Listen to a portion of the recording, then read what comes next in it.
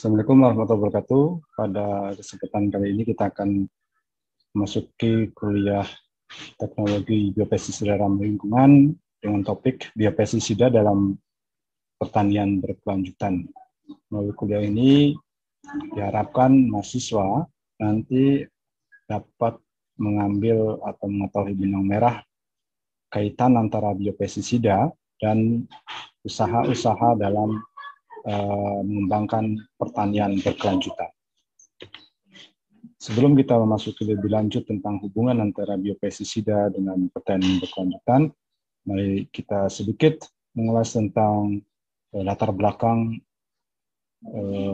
bagaimana pentingnya dunia pertanian bagi populasi penduduk dunia. Di tahun 2100 diprediksi pertumbuhan populasi dunia mencapai 11,2 miliar. Artinya dengan banyaknya penduduk yang kemudian menghuni planet bumi ini, tentu harus ada usaha-usaha dalam pemenuhan pangan bagi mereka, sehingga tidak akan terjadi kelangkaan pangan dan adanya kelaparan. Beberapa negara menjadi pusat pertumbuhan populasi dunia, salah satunya adalah Indonesia. Ternyata Indonesia menjadi bagian dari satu negara dengan tingkat populasi dunia yang tumbuh begitu pesat. Sementara ada beberapa negara yang memang angka kelahirannya sangat rendah, seperti di Jepang, kemudian di China dan Inggris. Bagaimana posisi Indonesia di antara negara-negara di dunia dalam jumlah penduduknya? Ternyata kita masuk kepada posisi nomor 4 dengan jumlah penduduk pada tahun 2019 sekitar 268 juta jiwa. Jadi tentu ini menjadi tantangan tersendiri bagi dunia pertanian karena memang jumlah penduduk yang begitu besar. Dengan jumlah penduduk yang begitu besar, tentu penduduk tersebut harus terpenuhi dalam hal pangan. Ya. Jadi bagaimana kemudian pangan kita support, khususnya bersumber dari dunia pertanian. Karena menurut WHO atau PBB, target dari Sustainable Development Goals salah satunya adalah tidak adanya angka kelaparan. Selain nanti ada tingkat cemaran yang rendah dan seterusnya. Jadi dengan adanya sustainable yang memang diinginkan dalam tujuan kita berkehidupan di bumi ini, maka kemudian sangat penting peran dari para petani yang memang mereka menghasilkan produk-produk pertanian yang digunakan untuk mendukung usaha pemenuhan pangan. Namun pertanyaan berikutnya adalah apakah memungkinkan para petani atau dunia pertanian itu bisa memberikan atau mendukung pangan bagi masyarakat dunia. Khususnya di Indonesia sendiri, bagaimana kita tahu sekali bahwa menurut Badan Pusat Statistik tahun 2018,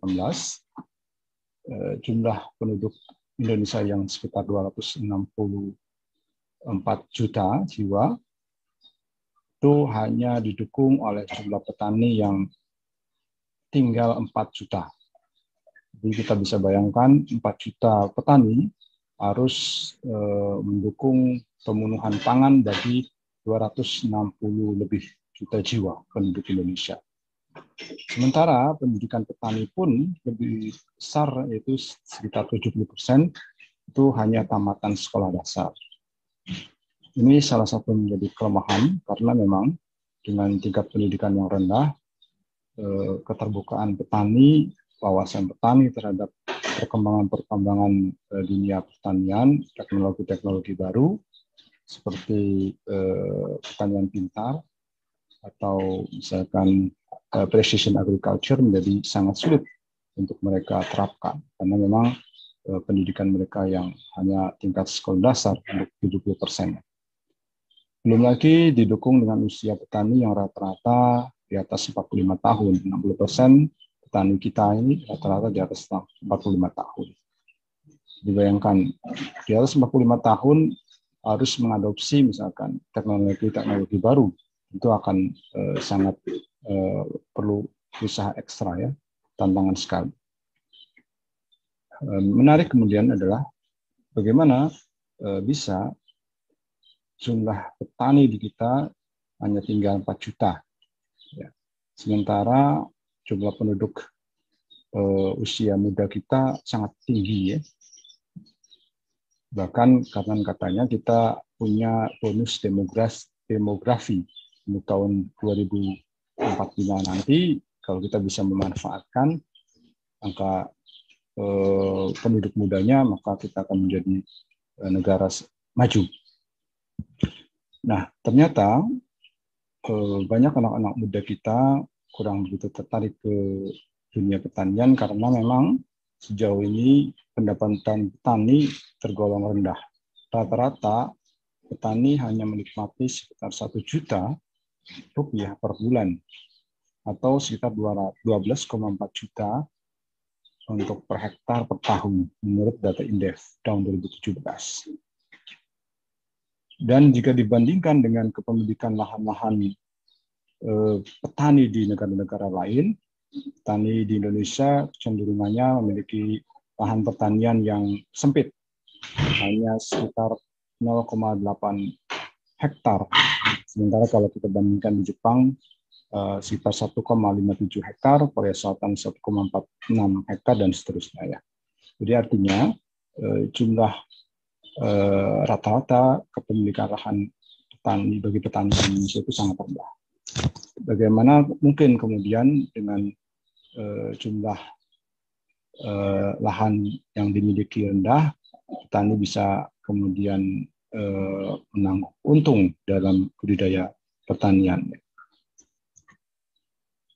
Oke, mari kita lihat bagaimana kondisi di Indonesia kaitannya dengan angka kelaparan atau angka rawan pangan. Ternyata data tahun 2016 sampai 2018 menunjukkan bahwa di Indonesia masih punya angka kelaparan kronis. Masih ada 22 juta orang yang memiliki potensi untuk mendapatkan kelaparan kronis. Ada sekitar 88 daerah, kota dan kabupaten di seluruh Indonesia yang cenderung dia punya potensi untuk penduduknya ada nilai angka kelaparan kronis.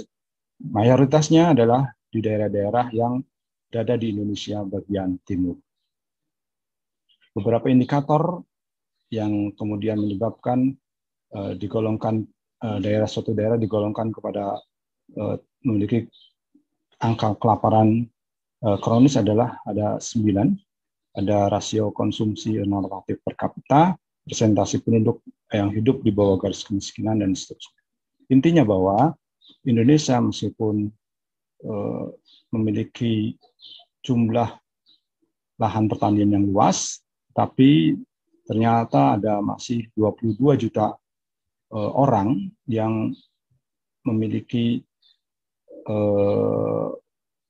atau berpotensi untuk mendapatkan atau kekurangan pangan. Baik, ini adalah di sebelah kanan saya, ini adalah dari data Global Hunger Index tahun 2018, bahwa kelaparan di Indonesia ternyata memiliki potensi yang sangat perlu kemudian menjadi perhatian yang serius. Kenapa?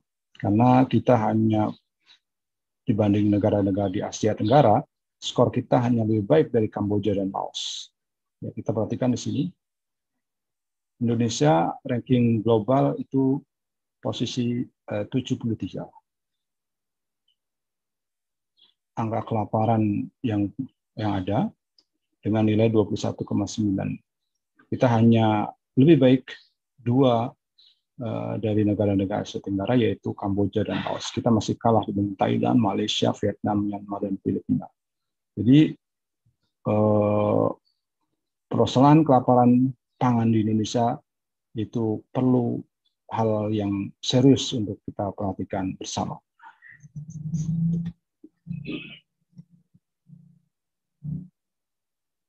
Untuk mendukung upaya pemenuhan pangan bagi penduduk dunia, khususnya juga Indonesia, maka ada upaya untuk kemudian mengembangkan sistem pertanian yang terus berkelanjutan. Oleh karena itu, dunia dan Indonesia tentunya secara khusus perlu sekali pengembangan pertanian berkelanjutan. Ada 3 sasaran penting dalam pertanian berkelanjutan. Selain yang pertama adalah bagaimana kegiatan budidaya pertanian itu menghasilkan profit atau untung bagi masyarakat, khususnya petani, sehingga mampu meningkatkan kemakmuran, termasuk juga sasaran yang kedua. Tetapi yang menjadi juga perhatian bahwa sasaran dari pertanian berkelanjutan adalah bahwa kita, sistem budidaya kita, sistem budidaya pertanian kita harus terus berkonsentrasi penuh pada kepedulian terhadap lingkungan. Bagaimana kita kemudian melindungi dan memperbaiki kualitas tanah, mengurangi kebergantungan pada sumber daya yang tidak terbarukan, seperti kita menggunakan pupuk dan pestisida sintetik, lalu kemudian kita berusaha meminimalisir dampak negatif pada keselamatan manusia atau pelaku, ataupun satwa liar, dan juga sumber daya alam yang ada di sekitar tanaman budidaya itu. Jadi bahwa sasaran penting bagi pertanian berkelanjutan adalah bahwa kepedulian terhadap lingkungan menjadi prioritas yang perlu diperhatikan. Kita tahu bersama bahwa sistem pertanian konvensional yang selama ini diterapkan di negeri ini sudah banyak kemudian menghasilkan dampak negatif, khususnya bagi kualitas lingkungan. Banyak cemaran-cemaran, baik residu pestisida sintetik yang dapat mengurangi kemudian kualitas dari kesuburan tanah, juga adanya cemaran-cemaran logam-logam berat yang memang sebagai dampak dari penggunaan pestisida dan pupuk anorganik secara konsisten dan terus-menerus. Oleh karena itu, pada pertanian berkelanjutan, kualitas dari tanah yang kemudian digunakan untuk sistem budidaya pertanian harus segera diperbaiki dan harus kemudian berusaha disuburkan kembali. Sebagai informasi, Laboratorium Agroekologi Fakultas Pertanian beberapa waktu ini concern sekali kemudian berusaha mendapatkan informasi terkait angka-angka cemaran pada tanah-tanah pertanian di sekitar Jawa Tengah. Hasil dari penelitian kami kemudian mendapatkan bahwa cemaran-cemaran misalkan logam berat di lahan-lahan pertanian di wilayah Brebes, di wilayah Banyumas dan sekitarnya itu memiliki tingkat cemaran yang lebih tinggi atau jauh lebih tinggi dibanding dengan batas minimum yang disarankan atau ditentukan. Jadi tentu ini menjadi perhatian yang harus segera kemudian dicarikan solusinya, sehingga cemaran-cemaran bahan-bahan kimia sintetik yang berbahaya ini tidak bisa atau tidak sampai mengganggu usaha perkembangan atau usaha kemudian budidaya pertanian di masa yang akan datang. Dalam kaitannya dengan pertanian berkelanjutan, ada istilah yang kita pahami sebagai bentuk dari upaya kita mengurangi tingkat-tingkat cemaran yang terjadi di lingkungan pertanian, yaitu dengan konsep green chemistry atau sustainable chemistry.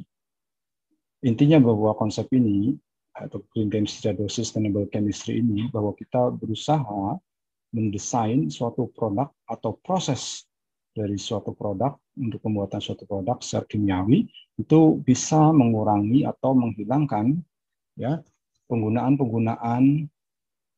zat kimia berbahaya, atau sedikit banyak kita berusaha untuk menggantikannya dengan bahan-bahan lain yang lebih aman untuk lingkungan.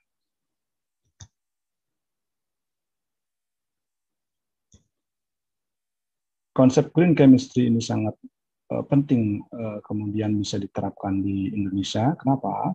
Karena Indonesia menjadi salah satu negara yang disinyalir menurut penelitian Universitas Adelaide bahwa kita termasuk satu dari 4 negara yang punya kontribusi besar terhadap kerusakan lingkungan di bumi. Ya. Jadi sangat miris tentu ya, Indonesia menjadi satu dari 4 negara yang selain Brazil, Amerika Serikat, dan China, kita menjadi negara yang begitu menurut hasil penelitian ini ya, berkontribusi terhadap kerusakan lingkungan dengan indikator-indikator. Yang pertama adalah adanya penggundulan hutan, kemudian pemakaian pupuk dan pestisida kimia sintetik, kemudian ada cemaran air, emisi karbon, dan seterusnya. Yang kita perlu soroti karena kita bidang pertanian adalah bahwa pemakaian pupuk dan pestisida kimia sintetik ini sudah berlangsung puluhan tahun di negeri kita dengan penggunaan yang terus-menerus, dosis yang terkadang tidak sesuai anjuran, yang tidak tepat, sehingga menghasilkan cemaran terhadap tanah ataupun air.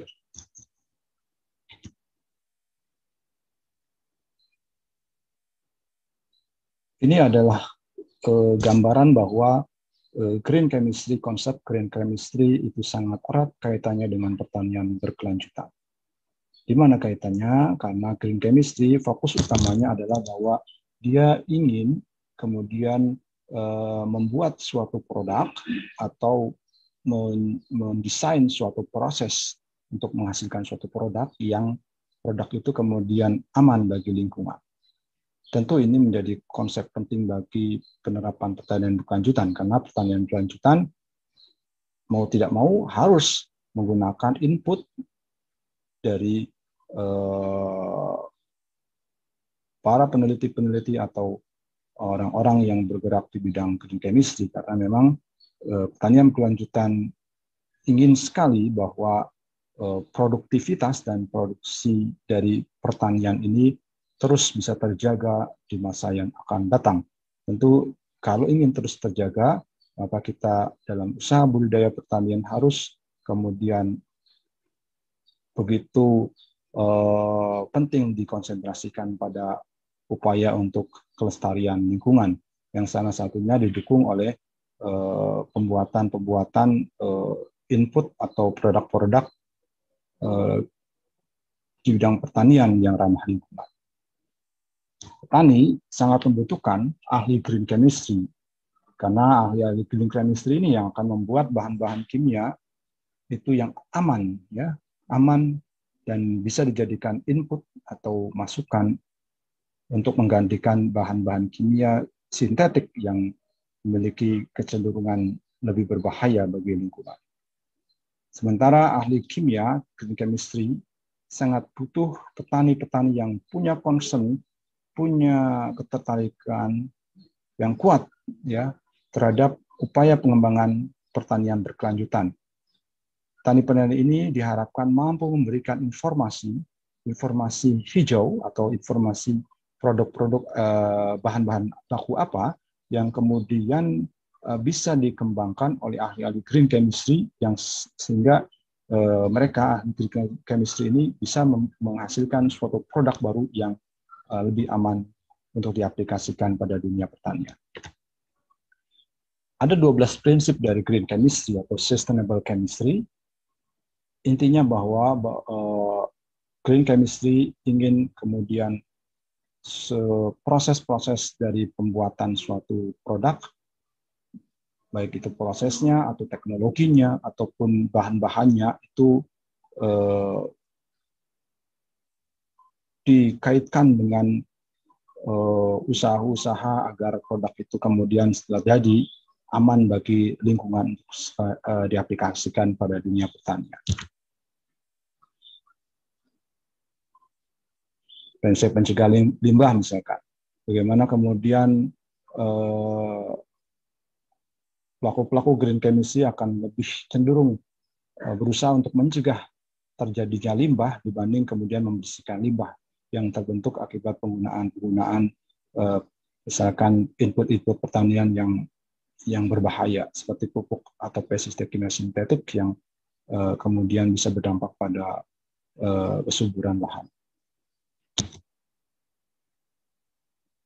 Atau misalkan didesain suatu bahan kimia yang kurang berbahaya atau tidak beracun, sehingga kemudian aman ketika diaplikasikan pada lingkungan.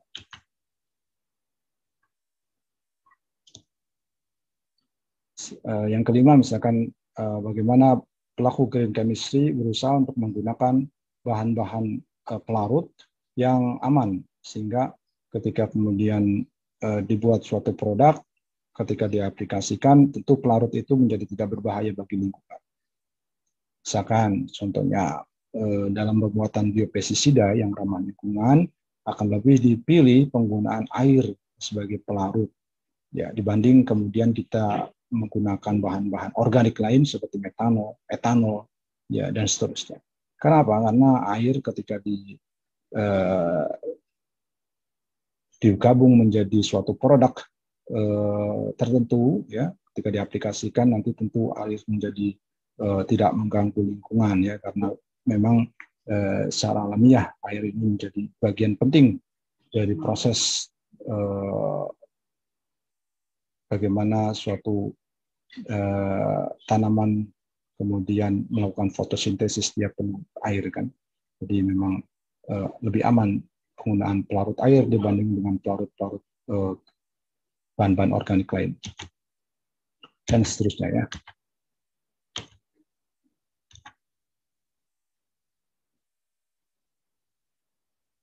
Green chemistry punya peranan penting dalam pertanian berkelanjutan.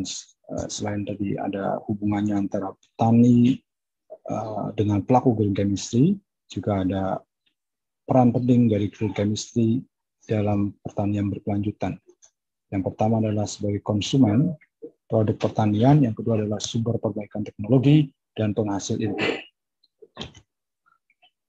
Sebagai konsumen produk pertanian, karena kita pahami bersama bahwa green chemistry sangat membutuhkan informasi dari petani terhadap bahan-bahan yang berbasis bio atau bahan baku terbarukan atau bahan yang alami yang ada di sekitar yang menjadi kearifan lokal masyarakat setempat yang kemudian bisa didesain untuk dibuat suatu produk ya, dibuat suatu produk yang pada akhirnya produk itu menjadi bisa diterapkan sebagai input pertanian yang aman bagi lingkungan. Green chemistry juga punya peran yang kedua adalah sebagai sumber perbaikan teknologi. Jadi kalau kita kemudian mendapati bahwa selama ini penerapan dari budidaya pertanian masih menghasilkan limbah kimia bagi dunia pertanian atau lingkungan sekitar dari pertanian tersebut, maka ahli-ahli green chemistry ini kemudian tertantang untuk membuat suatu bahan yang bisa solutif, yang bisa mengurangi cemaran-cemaran dari limbah-limbah yang berbahaya itu. Jadi teknologinya kemudian diperbaiki sehingga cemaran limbah-limbah itu bisa dikurangi.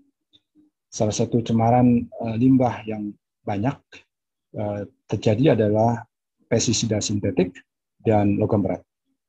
Ini sebagai contoh saja, green chemistry di Carnegie Mellon University berusaha mengembangkan katalis STAM ya, yang dapat digunakan menghapus bahan kimia tertentu seperti residu pestisida sintetik, golongan atrasi dan alaklor dari air. Laboratorium Agroekologi Fakultas Pertanian dalam beberapa tahun terakhir berusaha mengeksplorasi mikroorganisme lokal yang kemudian akan dikembangkan menjadi agen-agen yang bisa digunakan untuk biodegradator atau pengurangan residu-residu limbah pestisida kimia sintetik. Selain penggunaan dari mikroorganisme yang ada di lingkungan pertanian, Laboratorium Agroekologi juga sedang mengembangkan bahan-bahan nabati yang kemudian bisa digunakan sebagai upaya mengurangi angka cemaran limbah-limbah bahan kimia berbahaya seperti logam berat. Salah satunya adalah misalkan biochar. Oke, yang terakhir adalah peran dari green chemistry adalah dia menghasilkan input ya produksi hijau untuk pertanian. Jadi pelaku-pelaku green chemistry kemudian membuat suatu produk tertentu yang kemudian bisa digunakan untuk paling tidak untuk kemudian mengurangi tingkat penggunaan bahan-bahan kimia berbahaya seperti pestisida sintetik ataupun pupuk kimia sintetik. Salah satu contoh yang digunakan atau dikembangkan adalah biopestisida. Biopestisida itu bisa bersumber dari tanaman ataupun mikroba. Ya, dengan pembuatan biopestisida yang bersumber dari bahan-bahan alami yang dikembangkan oleh ahli green chemistry, maka kemudian diharapkan angka cemaran dari pestisida kimia sintetik di lahan pertanian menjadi bisa dikurangi atau paling tidak bertambah. Ya. Dan yang paling penting lagi adalah diharapkan dengan perkembangan atau penggunaan biopestisida yang berbasis alami ini kemudian akan sangat mendukung upaya-upaya pertanian berbasis ramah lingkungan, sehingga ini sangat menjadi bagian terintegrasi dari pertanian berkelanjutan. Kita paham bersama bahwa biopestisida yang dikembangkan oleh ahli-ahli green chemistry mempunyai beragam kelebihan, tetapi juga ada kekurangan-kekurangan tentu ya, dibanding pestisida kimia sintetik. Kelebihan-kelebihan yang pertama adalah mudah terurai, jadi dia tidak ada residu yang kemudian mengendap di dalam tanah secara berlama-lama, sehingga akan cenderung tidak meninggalkan residu kimia berbahaya di lahan pertanian. Kemudian secara alamiah dia dapat berkembang biak, misalkan penggunaan mikroorganisme secara alami di alam. Kemudian ini tentu tidak ada meninggalkan residu dan aman untuk organisme bukan sasaran. Jadi biopestisida umumnya sangat spesifik target organisme, hanya organisme pengganggu tanaman tertentu yang kemudian akan terdampak. Ini adalah kelebihan-kelebihan biopestisida yang kemudian bisa menjadi perhatian penting bagi masyarakat pertanian di Indonesia, sehingga bisa lebih digunakan dalam pertanian-pertanian di masa yang akan datang. Tujuan akhir dari penggunaan atau aplikasi biopestisida selain berusaha untuk mengendalikan populasi organisme pengganggu tanaman atau OPT, yang biasanya dikembangkan ramah lingkungan, tujuan akhirnya adalah dia juga berharap ya aplikasi biopestisida ini dapat mendukung upaya untuk pengembangan pertanian berkelanjutan dengan indikator-indikator. Yang pertama adalah kualitas lingkungan yang tidak menurun dengan penerapan atau aplikasi biopestisida ini. Kemudian populasi keragaman hayati yang terus terpelihara dan tidak ada residu dari biopestisida ini pada lingkungan tanah dan air di sekitar lahan pertanian.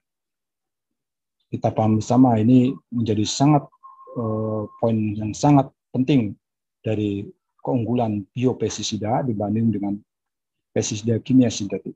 Karena pestisida kimia sintetik itu sudah kita tahu bersama, dia bisa menurunkan tingkat kesuburan tanah. Kenapa bisa? Karena residunya dia persisten atau dapat mengendap lama di lahan-lahan pertanian, sementara bahan kimianya sendiri ketika mengendap di dalam tanah, kemudian dia akan mengurangi aktivitas enzim yang penting bagi tumbuhan tanaman seperti enzim fosfatase, enzim urease, dan seterusnya. Nah, selain itu, dia akan bisa mengganggu populasi mikroorganisme, misalkan PGPR atau Plant Growth Promoting Rhizobacteria atau bakteri-bakteri yang bisa mendukung usaha pertumbuhan tanaman. Akhirnya, bahwa sangat penting kemudian biopestisida terus dikembangkan dengan melakukan upaya-upaya penelitian yang lebih intens, ya, agar apa? Agar daya bunuhnya lebih optimal, kemudian dengan tingkat residu yang sangat minim hingga tidak mencemari lingkungan. Harapannya dengan adanya produk biopestisida yang memang punya keunggulan yang seperti yang saya sebutkan tadi, kemudian bisa digunakan petani untuk mendukung usaha-usaha pengembangan pertanian berkelanjutan, yang memang biasanya pertanian berkelanjutan ini daya sokongnya adalah usaha-usaha perkembangan pertanian organik. Karena biopestisida dapat mengurangi populasi hama, tetapi juga tetap aman dan ramah lingkungan terhadap lingkungan. Demikian yang bisa disampaikan. Terima kasih atas perhatiannya. Assalamualaikum warahmatullahi wabarakatuh.